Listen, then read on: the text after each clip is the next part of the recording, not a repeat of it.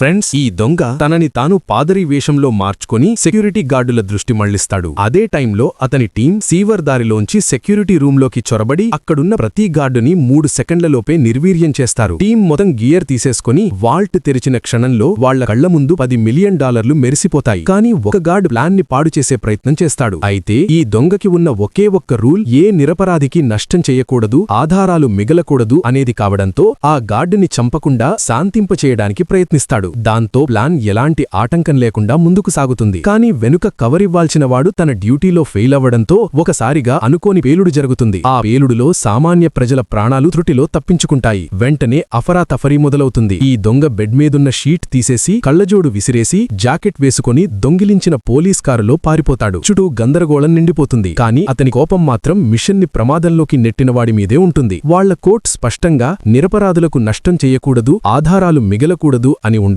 లోభంలో మునిగిపోయిన టీంని ముష్టులతోనే బుద్ధి చెప్పడానికి ప్రయత్నిస్తాడు. కానీ వాళ్ల ఆశని తక్కువ అంచనా వేస్తాడు. టీం లీడర్ అతని స్కిల్స్ చూసి ఇంప్రెస్ అయి ఈ డబ్బుని ఇంకో $70 మిలియన్ దొంగతనానికి పెడుదాం, మా టీంలో జాయిన్ అవ్వు అని ఆఫరిస్తాడు. కానీ అది వాళ్ల ఒరిజినల్ అగ్రిమెంట్ కి వ్యతిరేకమని అతనికి అర్థమవుతుంది. అందరూ హద్దులు దాటడానికి రెడీగా ఉన్నారని గ్రహించిన క్షణంలోనే కారు డోర్లు లాక్ అయ్యేలోపే ముందుగా దాడి చేసి నలుగురితో ఒంటరిగా పోరాడుతూ డ్రైవర్ని బెదిరించి స్టీరింగ్ మీద కంట్రోల్ తీసుకునేలా చేస్తాడు. కానీ తక్కువ స్థలం వల్ల అతని మూవ్మెంట్స్ లిమిట్ అవుతాయి. అదే టైంలో లీడర్ అతని కడుపులో తూటాదించడంతో బతకాలంటే ఒక్కటే మార్గమని తెలుసుకుని చల్తీ కారు నుంచి దూకేస్తాడు. టీం కారు ఆపి ఒకణ్ణి పంపించి అతను చచ్చాడో లేదో చూసి నదిలోకి తోసేస్తారు. కానీ అదృష్టవశాత్తు అక్కడుగా వెళ్తున్న రైతు దంపతులు అతన్ని కాపాడతారు. అతనికి స్పృహ వచ్చినప్పుడు అతను హాస్పిటల్ బెడ్ మీద ఉంటాడు. అంతలోనే పోలీసులు అతని ఆచూకీ కనిపెట్టినట్టు తెలుస్తుంది. అవకాశం చూసి వెళ్తున్న ఒక స్టాఫ్ మెంబర్ని మూర్ఛపోయేలా చేసి తానే మెడికల్ స్టాఫ్ వేషం వేసుకుని ఒక పేషెంట్ ని వీల్చైర్లో కూర్చోబెట్టి పోలీసుల కళ్ల ముందే బయటకు తీసుకెళ్లి